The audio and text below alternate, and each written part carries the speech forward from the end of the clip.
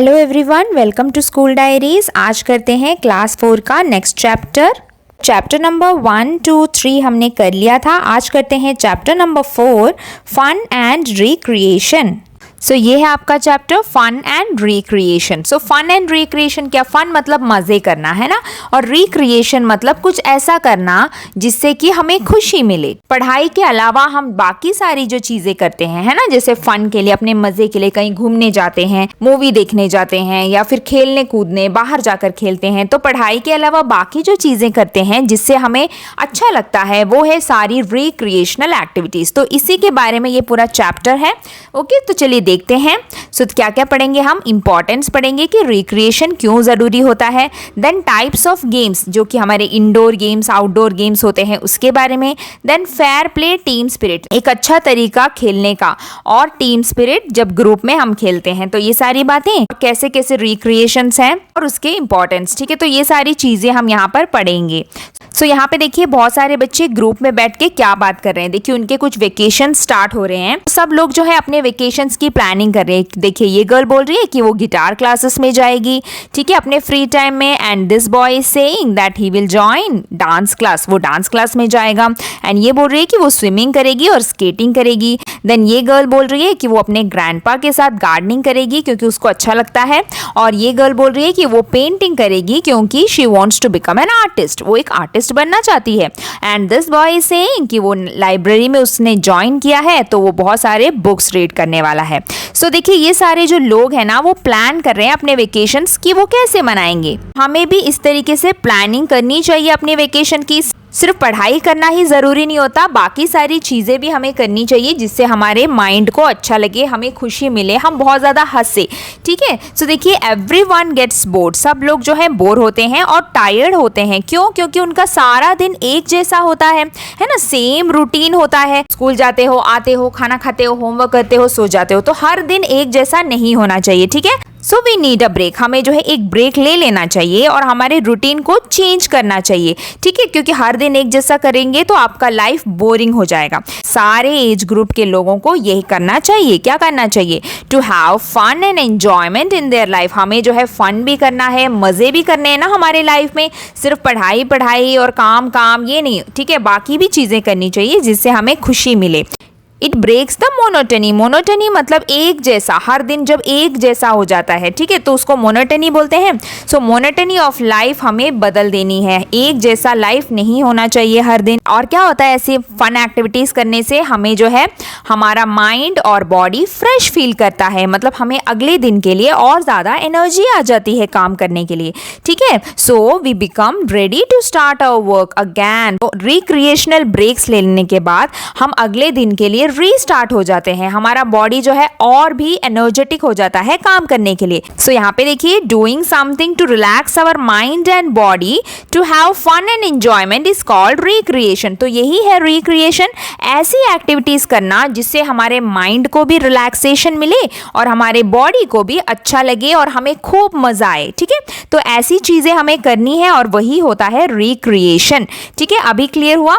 अब देखते हैं मोस्ट पॉपुलर वेज, मतलब वो सारे तरीके जिससे हम रिक्रिएशन कर सकते हैं। तो क्या है देखिए, जैसे बर्थडे पार्टीज मना लिया, फेस्टिवल्स, त्योहार मना लिए। इन दिनों में मज़ा आता है ना, हमारा दिन जो है थोड़ा अलग हो जाता है।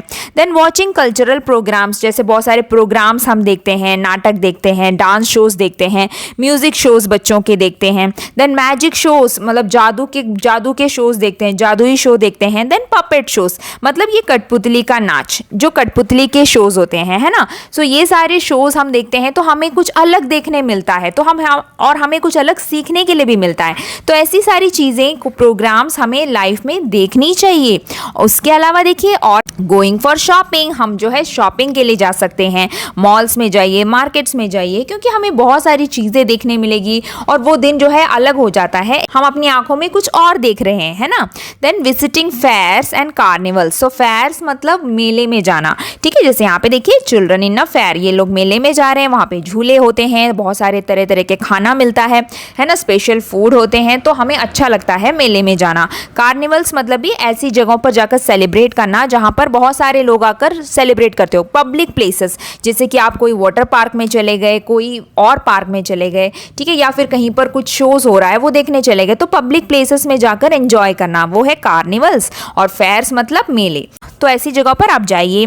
देन अटेंडिंग सर्कस, सर्कस देखने जाना। सर्कस में ऐसे लोग होते हैं बहुत ही अलग शोज दिखाते हैं जो हम नहीं कर पाते। वो अपनी बॉडी को इतना फ्लेक्सिबल बना देते हैं कि वो बहुत ही अजीब तरीके के शोज दिखाते हैं जिसे देखकर हमें बहुत ज़्यादा हैरानी होती है, तो वो भी हमारी आंखों के लिए अच्छा लगता है, माइंड हमारा बहुत एक्साइटेड हो जाता है ना।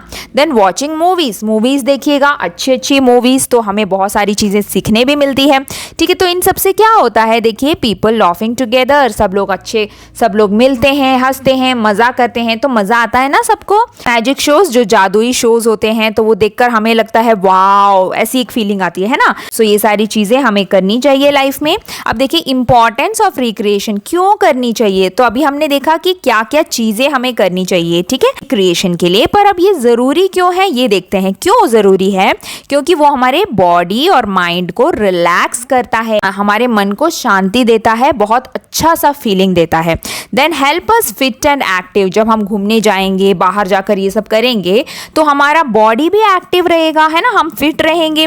हम सोए सोए से नहीं रहेंगे, घर में तो हम लेजी से पड़े रहते हैं, है ना, पर जहाँ बाहर जाएंगे तो हम एक्टिव रहेंगे, हम इधर उधर चलेंगे और हमारा बॉडी भी फिट रहेगा। उसके अलावा देखिए फ्रेश रहेंगे, बहुत ज़्यादा चीयरफुल, बहुत खुश रहेंगे और टेंशन फ्री। अगर आपके लाइफ में कोई टेंशन है, जैसे कि आपको आपके दोस्त से कोई झगड़ा हो गया, आपका मूड ऑफ हो गया, तो आप ऐसी रिक्रिएशन पे चले जाइए, ऐसी कोई रिक्रिएशनल एक्टिविटीज करिए कि आपकी छोटी मोटी टेंशन है लाइफ की वो चली जाए, वो हट जाए, आप उसको भूल जाओगे, है ना। तो इन सारी चीज़ों में हमें जो है ऐसी एक्टिविटीज हेल्प करता है। हमें न्यू फ्रेंड्स मिलते हैं, क्योंकि हम नई जगह पे जाएंगे, हम वहाँ पर भी फ्रेंड्स बना सकते हैं। देन डेवलप टीम स्पिरिट, क्योंकि हम सबके साथ जाते हैं तो एक टीम स्पिरिट हम बना सकते हैं, है ना, अकेलापन हमारा दूर हो जाता है। देन लीडरशिप क्वालिटीज, मतलब अगर आप सब लोगों के साथ जा रहे हैं, सब बच्चों के साथ जा रहे हैं, तो आप बोल सकते हैं नहीं यहाँ नहीं, चलो हम वहाँ चलते हैं, तो आप कुछ इंस्ट्रक्शंस दोगे जो कि आपके फ्रेंड्स फॉलो करेंगे, है ना। तो क्या होता है, तो आप में भी एक लीडरशिप क्वालिटी आ जाती है, क्योंकि आप सबको बता रहे हो कि क्या करना है। तो ऐसी सारी चीजें होती है आपके साथ। अब मेन चीज देखिए गेन नॉलेज, हमें जो है बहुत सारी चीजें सीखने मिलती है अबाउट न्यू पीपल, कि लोग कैसे होते हैं, ये जगह कैसी है। कहीं पर आप टूर पे चले जाइए, मतलब कोई जगह देखने के लिए, तो हमें नई नई जगह देखकर वहां पर सीखने मिलेगा बहुत सारी चीजें, ठीक है। न्यू टैलेंट्स, बहुत सारे नए टैलेंट्स जो हम डेली लाइफ में नहीं देखते हैं, दूसरे अलग अलग लोगों से मिलने का मौका मिलेगा, और सारी एक्टिविटीज, ठीक है, हमें अलग अलग एक्टिविटीज भी देखने मिलेगी। तो इन सब से क्या होता है, इट डेवलप्स बॉन्डिंग, हमारी जो है बॉन्डिंग मतलब हमारा रिलेशन, हमारे फ्रेंड्स के साथ, रिलेटिव्स के साथ, जिनके भी साथ हम घूमने जा रहे हैं, उनके साथ हमारी बॉन्डिंग, हमारा रिलेशन और ज़्यादा स्ट्रॉन्ग हो जाएगा, ठीक है। तो रिक्रिएशन बहुत ही इंपॉर्टेंट है हमारे लाइफ में। अब देखिए यहाँ पे कुछ एक्टिविटीज़ लिखने हैं जो कि आप मेले में जाकर आप करते हो, जैसे कि आप झूले झूलते हो, बहुत स्पेशल फूड खाते हो, तो ऐसी कुछ एक्टिविटीज़ आपको यहाँ पे लिखनी है। और फिर देखिए अगर आप सर्कस गए हो कभी, तो देखिए यहाँ पे कि कौन कौन सी चीज़ें हैं जो आप सर्कस में देखते हो, ठीक है। अब नेक्स्ट टॉपिक देखिए गेम्स, खेल कूद, जो गेम्स हम खेलते हैं। सो गेम्स क्या हैं, games are the activities that keep our body and mind active, जिससे हमारा बॉडी और माइंड बहुत एक्टिव रहता है, बहुत एनर्जेटिक रहता है। और गेम्स और स्पोर्ट्स खेलने से हमें बहुत सारी चीजें सीखने के लिए मिलती है। क्या क्या, ईमानदारी, हम ईमानदार कैसे रहे, क्योंकि गेम्स के बहुत सारे रूल्स होते हैं, और अगर हम आउट भी हो जाए तो हम मान लेते हैं कि हम आउट हो गए, तो यही एक ईमानदारी है ना। सो ऑनेस्टी आती है हमारे में, पेशेंस, हमारे में बहुत ज़्यादा क्षमता आती है कि हम जो है अपनी टर्न के लिए वेट कर रहे हैं। तो वेट करना क्या है, पेशेंस, है ना, पेशेंस दिखाना, ठीक है। तो वो पेशेंस हम में आता है। देन कॉपरेशन, जब हम बच्चों के साथ खेलते हैं, बहुत सारे लोगों के साथ, तो सबका हम सुनते हैं, सबके साथ मिलजुल कर खेलते हैं, तो कॉपरेशन आता है हमारे अंदर। एक दूसरे के साथ हम अच्छे से प्यार से खेलते हैं, तो एक कॉपरेशन आता है सबके साथ। देन रिस्पेक्ट, हम जो है एक दूसरे को रिस्पेक्ट देते हैं, क्योंकि जो आपके फ्रेंड बोलते हैं वो भी आप सुनते हो, तो आप उन्हें रिस्पेक्ट दे रहे हो। देन टीम स्पिरिट, यानी जब सब साथ में खेलते हैं तो आप सबके बीच में एक टीम की बॉन्डिंग आती है, एक रिलेशन आता है और सबको साथ में खेलने में मजा आता है, तो एक टीम स्पिरिट आपके बीच में बनता है। ठीक है, तो ये गेम्स हमें जरूर से खेलने चाहिए। अब कौन कौन से गेम्स हैं जो हम खेलते हैं? सो गेम्स जो है दो तरह के होते हैं, एक है इंडोर गेम्स और दूसरा है आउटडोर गेम्स। ये तो हमें पता है ना। इंडोर गेम्स मतलब वो गेम्स जो हम अपने घर के अंदर खेलते हैं, with in the 4 walls of a room, यानी 4 दीवार के अंदर, मतलब हमारे घर के अंदर जो गेम्स खेलते हैं वो है इंडोर गेम्स। ये खेलने के लिए ना we do not need a large space, हमें बहुत ज़्यादा जगह नहीं चाहिए ये इंडोर गेम्स खेलने के लिए। एक कमरा काफ़ी है, एक टेबल या एक चेयर मिल गया तो हम आराम से इंडोर गेम खेलेंगे, या फिर नीचे बैठे भी खेल सकते हैं। तो इंडोर गेम्स खेलने के लिए हमें ज़्यादा जगह नहीं चाहिए और ये कहीं पर भी खेला जा सकता है और कभी भी खेला जा सकता है। ठीक है, any time of a day, कोई भी टाइम में हम ये खेल सकते हैं और एनी टाइप ऑफ वेदर में भी, यानी कोई भी मौसम में भी हम ये खेल सकते हैं, क्योंकि हम घर के अंदर हैं तो कोई फर्क नहीं पड़ता बाहर बारिश हो रही है या तेज धूप चल रही है, तो हमें कोई फर्क नहीं पड़ता। हम इंडोर गेम्स कभी भी अपने घर में बैठ के खेल सकते हैं। ठीक है, सो इंडोर गेम्स ऐसे होते हैं और कौन कौन से हैं देखिए, chess, ludo, carrom board, then snakes and ladder, मतलब सांप सीढ़ी। तो ये सारे गेम हैं जो हम घर के अंदर खेलते हैं। अब देखते हैं आउटडोर गेम्स के बारे में। आउट मतलब जो हम बाहर जाकर खेलते हैं। ठीक है, the games played in open areas, जो खुली जगहों पर खेले जाते हैं, जैसे पार्क में, प्लेग्राउंड में या स्टेडियम्स में। स्टेडियम क्या होता है? जब जैसे कि क्रिकेट मैच होता है, आपने देखा है बीच में बहुत बड़ा सर्कल में ग्राउंड होता है और चारों तरफ सीट्स होते हैं जो कि जहाँ पर बैठ के लोग मैच देखते हैं, तो उस जगह को हम स्टेडियम बोलते हैं। जैसे कि आप यहाँ पे देख सकते हो, ठीक है, कि बीच में खेलते हैं लोग और बाकी सारे और पीछे सारे लोग बैठकर खेल को देखते हैं, तो स्टेडियम्स में जाकर खेला जाता है आउटडोर गेम्स। इसके लिए क्या चाहिए, और आउटडोर गेम्स खेलने के लिए हमें बहुत ज़्यादा फिजिकल स्ट्रेंथ चाहिए, यानी हमारा शरीर फिट होना चाहिए, हमें शारीरिक शक्ति चाहिए। ठीक है, हमारे शरीर में एनर्जी होनी चाहिए आउटडोर गेम खेलने के लिए। इंडोर गेम की तरह नहीं है, इंडोर गेम तो एक जगह बैठकर खेलते हैं, पर आउटडोर गेम के लिए हमें भागना है, कूदना है ना, बहुत सारी शक्ति हमें चाहिए। और एग्जॉशन, हमें एग्जॉस्ट नहीं हो जाना, एग्जॉस्ट हो जाना मतलब थक जाना। ठीक है, तो वो भी नहीं होना है, क्योंकि दे बर्न कैलोरीज, क्योंकि वो आपकी कैलोरीज बर्न करती है, मतलब आपके अंदर जो फैट है, कैलोरीज जो आप खाना खाकर आप बनाते हो, वो सब आपकी बर्न होती है और इससे क्या है, हमारा शरीर और ज़्यादा स्ट्रांग हो जाता है, फिट हो जाता है, हमारा माइंड भी बहुत काम करता है। ठीक है, और आउटडोर गेम देखिए हम हमेशा नहीं खेल सकते, हमें मौसम का ध्यान रखना होता है, क्योंकि बैड वेदर में हम जो है बाहर जाकर नहीं खेल सकते। सपोज बहुत ज़्यादा धूप हो रही है या फिर बहुत ज़्यादा बारिश हो रही है, तब हम आउटडोर गेम्स नहीं खेल सकते। तो कुछ रेस्ट्रिक्शंस है आउटडोर गेम्स के। ठीक है, तो वो हमें सिर्फ ड्यूरिंग डे टाइम खेलना है, जब मौसम अच्छा हो और सुबह का समय हो, और रात को नहीं खेल सकते, है ना। तो बहुत सारी चीज़ें हैं जो आउटडोर गेम्स हम हर टाइम में नहीं खेल सकते, हमें मौसम का और दिन के समय का भी ध्यान रखना पड़ता है। सो कौन कौन से आउटडोर गेम्स हैं देखिए, क्रिकेट खेल सकते हैं, हॉकी, फुटबॉल, वॉलीबॉल, ये सारे हैं आउटडोर गेम्स। ठीक है, अब अगला है गेम्स इन स्कूल। हम जो है स्कूल में क्या क्या गेम्स खेलते हैं। सो देखिए आजकल ना स्कूल जो है बहुत ज़्यादा एम्फसाइज मतलब ध्यान दे रही है all round holistic development of students. आजकल के स्कूलों में जो है बच्चों के ऊपर, बच्चों की सारी खूबियों के ऊपर ध्यान दिया जा रहा है, सिर्फ पढ़ाई में ही नहीं, क्योंकि सिर्फ पढ़ाई ही ज़रूरी नहीं होती, सारे स्पोर्ट्स, गेम्स, आर्ट, जो भी क्राफ्ट आप करते हो, सब कुछ ज़रूरी होता है। ठीक है, तो आजकल के स्कूल जो है सभी बातों का ध्यान रखती है और उनके जो स्कूल टाइम टेबल होता है ना, उसमें देखिए स्पोर्ट्स और गेम्स पीरियड जो है आजकल ज़्यादा होता है, ताकि बच्चों को खेलने कूदने का भी वक्त दिया जाए। ठीक है, देन इसमें क्या होता है, स्कूल्स में children go out to play in the playground. हम जो है प्लेग्राउंड में जाकर खेलते हैं, पर under the supervision of games teacher. पर सुपरविजन मतलब उनकी आंखों के सामने, उनका एक ध्यान होना चाहिए हमारे ऊपर। अकेले जाकर कहीं पर भी जाकर खेलने से क्या होता है, लड़ाई झगड़े हो जाते हैं, है ना, किसी को चोट लग जाती है। तो हमें जो है गेम्स टीचर के सामने ही खेलना है, जो भी खेल हम खेल रहे हैं, तो ऐसा ही खिलाया जाता है स्कूल में। और फिर क्या क्या होता है देखिए, मैनी रेसर्स, भाग दौड़ होती है ना, रेस, कौन फर्स्ट आता है ये सब। देन मैचेस होते हैं, क्रिकेट मैच हो गया, फुटबॉल मैच हो गया। देन कॉम्पिटिशन्स रखे जाते हैं और स्पोर्ट्स मीट यानी जो आपका एनुअल स्पोर्ट्स डे होता है, एक दिन होता है जिसमें सारे स्पोर्ट्स के गेम्स बच्चों के बीच में खिलाए जाते हैं।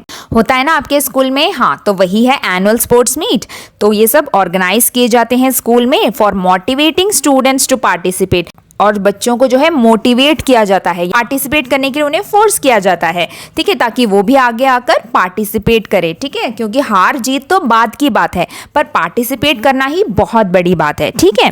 Then many students take up sports as a career in future, यानी बहुत सारे बच्चे, क्या आपको पता है कि स्पोर्ट्स को ही करियर बना देते हैं। मतलब उन कुछ बच्चे होते हैं जिनको पढ़ाई में इंटरेस्ट कम होता है और स्पोर्ट्स एक्टिविटीज़ में वो ज़्यादा इंटरेस्टेड होते हैं और वो वहाँ पर बहुत ज़्यादा विन भी करते हैं, जीतते भी हैं। तो ऐसे बच्चे क्या करते हैं, बड़े होकर वो स्पोर्ट्स को ही अपना करियर बना लेते हैं। जैसे कि क्रिकेट टीम के जो लोग हैं, फुटबॉल टीम के जो लोग हैं, है ना, जो बड़े बड़े टीम्स में होते हैं, वो सब भी तो ऐसे ही आए हैं, है ना। वो बचपन से ही स्पोर्ट्स में इंटरेस्टेड थे और आगे जाकर उन्होंने अपना जॉब भी स्पोर्ट्स में ही किया। तो कुछ बच्चे होते हैं जो स्पोर्ट्स में ही अपना करियर बना लेते हैं, ठीक है। अब नेक्स्ट टॉपिक देखिए, फेयर प्ले। फेयर प्ले मतलब बिना किसी पार्शियलिटी के, बहुत ही ईमानदारी से सभी को इक्वल रिस्पेक्ट देते हुए गेम्स को खेलना। कोई लड़ाई नहीं, झगड़ा नहीं, कोई चीटिंग नहीं, ठीक है। तो देखते हैं जब हम गेम्स खेलते हैं ना, तो वो सिर्फ हम हार जीत के लिए नहीं खेलते हैं, नॉट ओनली फॉर विनिंग, वो हमारी एक्सरसाइज के लिए भी होता है और हमारी इंजॉयमेंट यानी हमारी मज़े के लिए भी होता है, ठीक है। सो हमें जो है हमेशा फेयर गेम खेलना चाहिए, यानी उसमें कोई पार्शियलिटी नहीं होना चाहिए। एंड सारे जो गेम्स के रूल्स हैं ना, वो हमें ईमानदारी से, ऑनेस्टली हमें जो है फॉलो करने हैं, ठीक है। फॉल प्ले मतलब बहुत सारी चीटिंग कर कर खेलना या फिर बेंडिंग द रूल्स को तोड़ना, गेम्स के रूल्स को तोड़ना अपनी मर्जी से, एज पर योर कन्वीनियंस, अपनी मर्जी से रूल्स को तोड़कर जीतना, ये सब क्या है, ये सब अनस्पोर्टिंग है या एक बैड स्पोर्ट्समैन स्पिरिट है, ठीक है। तो इस तरीके से हमें गेम्स को जो है कभी नहीं खेलना है, क्योंकि उससे क्या होता है, दे रूइन, मतलब वो खराब कर देते हैं द एंजॉयमेंट, जो बाकी बच्चे एंजॉय कर रहे होते हैं गेम्स को, वो उसको बिगाड़ देता है। और जो थ्रिल है, खेलते टाइम हमारे अंदर जो थ्रिल होता है कि कौन जीतेगा, वो एक्साइटमेंट, वो सब बिगाड़ देता है। अगर कोई भी एक पर्सन ने चीटिंग की या फिर कुछ भी गलत कदम उठाया, रूल्स को तोड़ा, तो क्या होता है, बाकी सारे लोगों का भी एक्साइटमेंट उस गेम के प्रति खत्म हो जाता है, ठीक है। तो ऐसी चीटिंग करके या फिर गेम्स के रूल्स को तोड़ के आपको कभी नहीं खेलना है, इससे अच्छा आप ना खेलो। तो ये एकदम बेकार है, ऐसा गेम हमें किसी को नहीं खेलना है। और वो सारे गेम्स जो टीवी, कंप्यूटर, स्मार्टफोन पर खेलते हैं, वो तो अवॉइड ही कर दीजिए, क्योंकि वो सब कुछ खराब कर देगा, क्या, आपके आईज, ईयर्स और आपका सारा मेंटल ग्रोथ और डेवलपमेंट, दिमाग का जो स्ट्रेंथ है वो भी बिगाड़ देगा। तो ये टीवी, कंप्यूटर वाले ये डिजिटल गेम्स तो आपको खेलने ही नहीं है, ओके। सो अब देखते हैं फेयर प्ले के रूल्स क्या हैं, ठीक है। क्या क्या रूल्स हैं देखिए, कोई फर्क नहीं पड़ता आप जीत रहे हो या लूज कर रहे हो, यानी आप हार रहे हो, बी डिग्निफाइड, आपको खुद को भी सेल्फ रिस्पेक्ट देना है और दूसरों को भी रिस्पेक्ट ही देना है, अगर आप जीत भी रहे हो या हार भी रहे हो, क्योंकि खेल में तो हार जीत होती ही रहती है, इसका कोई बुरा नहीं मानना है। देन उसके बाद देखिए, रिस्पेक्ट द रेफरी और अंपायर। तो रेफरी और अंपायर कौन होते हैं, जो बीच में खड़ा रहता है, जो किसी टीम में नहीं होता। जैसे आप क्रिकेट में देखते हैं ना, एक अंपायर खड़ा होता है जो बोलता है कि आउट है या फिर 6 मारा, 4 मारा, रन्स के बारे में बताता है। सब वही है अंपायर और रेफरी, जो बीच में खड़े होते हैं, जो किसी भी टीम के नहीं होते। तो आपको उनकी बातों को रिस्पेक्ट देना है, मतलब जो भी वो डिसीजन लेंगे आपको उन्हें फॉलो करना है, उनको मानना है, ना कि लड़ाई झगड़ा करना है। और अदर ऑफिशियल्स एंड प्लेयर्स, और बाकी ऑफिशियल लोग जो ये खेल ऑर्गेनाइज कर रहे हैं, उनको भी रिस्पेक्ट देना, उनकी बातों को भी ध्यान से सुनना है और फॉलो करना है, ठीक है। देन बी काम एंड कंपोज, मतलब शांत रहिए। जब खेलने के बाद जब रिजल्ट्स आता है ना, कि रिजल्ट क्या आ रहा है, तो तब आपको काम रहना है, मतलब आराम से, शांति से रहना है। बहुत ज़्यादा टेंशन हो रहा है और अगर आप हार गए तो आप डिप्रेस्ड हो गए, ऐसी चीज़ें नहीं होनी चाहिए एक फेयर प्ले में, यानी एक अच्छा गेम खेलने के रूल्स में ये सब चीज़ें नहीं हैं, ठीक है। तो आपको जो है बहुत ही काम रहना है और जो भी डिसीजन आए, चाहे आप जीते या फिर हारे, कोई फर्क नहीं पड़ता, क्योंकि अभी आप हार गए तो कल आप जीत जाओगे। गेम्स की बात तो बस इतनी सी है ना। तो हमें बहुत ज़्यादा इमोशनल नहीं होना कि हार जीत जीत को लेकर, ठीक है। सो यही है। अब देखिए, a healthy competition, fair play and safe environment are must for each game. तो ये सारी चीजें हैं जो एक गेम में पक्का होनी चाहिए before you start playing a game. और देखिए, खेल शुरू होने से पहले आपको रूल्स के बारे में अच्छे से पता होना चाहिए और आपको प्रॉमिस देना है कि आप उन रूल्स को फॉलो भी करोगे ताकि बाद में जाकर कोई प्रॉब्लम ना आए, ठीक है। देन देखिए, रिस्पेक्ट रेफरीज डिसीजन। जो रेफरीज हैं, जैसे यहाँ पे हमने पढ़ा अंपायर, उनके डिसीजन को आपको रिस्पेक्ट देना है, वो जो बोलेंगे आपको फॉलो करना है। डू नॉट चैलेंज इट, ठीक है, उनको चैलेंजेस नहीं देने हैं इस तरीके से। देन देखिए, fair play can not be taught. जो फेयर प्ले है, अच्छे गेम्स का जो अच्छा गेम्स खेलने का जो तरीका है ना, वो कोई सिखाता नहीं है। वो हम कैसे सीखते हैं? अपने एक्सपीरियंस से और एग्जाम्पल्स जब हम देखते हैं, दूसरे लोगों को खेलते हुए देखते हैं, तो उन्हीं से हम सीखते हैं कि एक अच्छा गेम कैसा खेला जाता है, ठीक है। अपने अनुभव से हम सीखते हैं। उसके बाद देखिए, टीम स्पिरिट। टीम स्पिरिट मतलब ग्रुप में खेलना। ग्रुप में खेलने में भी एक स्पिरिट होना चाहिए, एक जोश होना चाहिए। जब आप ग्रुप में खेलते हो ना, तो आपको सभी के साथ इक्वली कोऑपरेट करना है। सो टीम स्पिरिट जो है बहुत ज़रूरी है।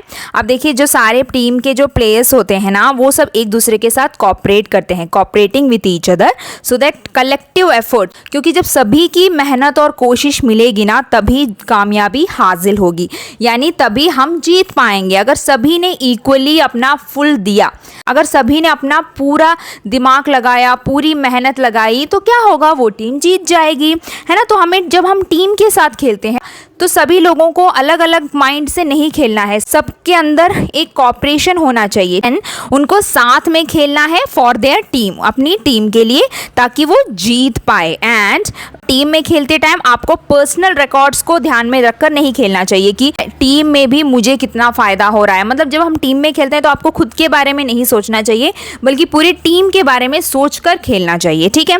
और आपको जो है दूसरे बाकी जो टीम मेंबर्स हैं ना, उनको अप्रिशिएट करना चाहिए, यानी उनको प्रेज करना चाहिए, उनकी तारीफ करनी चाहिए। अगर वो कुछ अच्छा कर रहे हैं, अच्छा खेल रहे हैं, तो आपको उन्हें अप्रिशिएट करना है। पीछे हमें कोई ईगो नहीं होनी चाहिए, जलन नहीं होनी चाहिए कि वो अच्छा खेल रहा है, मैं कम खेल रहा हूँ, ऐसे कुछ नहीं होना चाहिए। टीम में, टीम के साथ खेलते टाइम अगर आपको लगे कोई प्लेयर बहुत अच्छा खेल रहा है, तो आपको अप्रिशिएट करना चाहिए, क्योंकि वो जीतेगा तो आप भी जीतोगे, है ना, क्योंकि ये टीम है। देन आपको उन्हें एंकरेज करना है कि आप और अच्छा खेल सकते हैं, ठीक है। तो इस तरीके से हम टीम के साथ खेलते समय हमें एक दूसरे को सपोर्ट करना चाहिए। अब देखिए, खेलो इंडिया एक मूवमेंट है, एक नेशनल प्रोग्राम है जो गवर्नमेंट ने खोला है, ताकि सब बच्चे जो है स्पोर्ट्स और गेम्स में भाग ले सके, पार्टिसिपेट कर सके। अब देखिए, ये है हमारी इंडियन क्रिकेट टीम जो आप टीवी में देखते हैं, ये लोग खेलते हैं। और ये है इंडियन हॉकी टीम, तो ये है इनके मेंबर्स जो कि क्रिकेट और हॉकी में खेलते हैं। तो उनके पिक्चर्स यहाँ पे दिए गए हैं। अब देखिए, the power of playing together. साथ खेलने का पावर क्या है? अकेले खेलना, सबके साथ खेलने में बहुत फ़र्क है ना। अभी देखिए, साथ खेलने से क्या होता है, ग्रुप, जब टीम के साथ हम खेलते हैं तो क्या होता है, वो एक रिलेशन बनाने में हेल्प करता है, क्रिएट रिलेशनशिप्स, और हमें टीच करता है, पढ़ाता है कि कम्युनिकेट कैसे करें दूसरे लोगों के साथ। जो कम्युनिकेशन मतलब हम उनके साथ जो बात करते हैं, उनके साथ जो रिलेशन हम बनाते हैं, वो और ज़्यादा स्ट्रांग हो जाता है।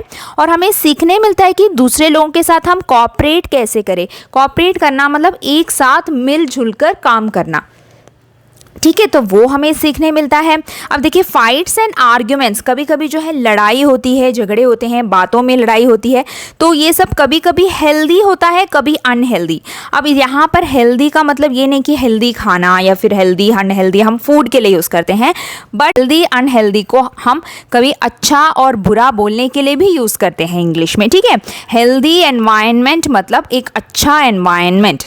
सो हेल्दी अनहेल्दी को हम कभी अच्छा बुरा के लिए भी यूज़ करते हैं। तो यहाँ पे बोला है कि फाइट्स और झगड़े कभी कभी हेल्दी होते हैं, मतलब कभी कभी सही होते हैं, क्योंकि अगर किसी ने गलत किया तो उनके लिए तो हमें फाइट करना पड़ेगा, वो हेल्दी फाइटिंग होगी।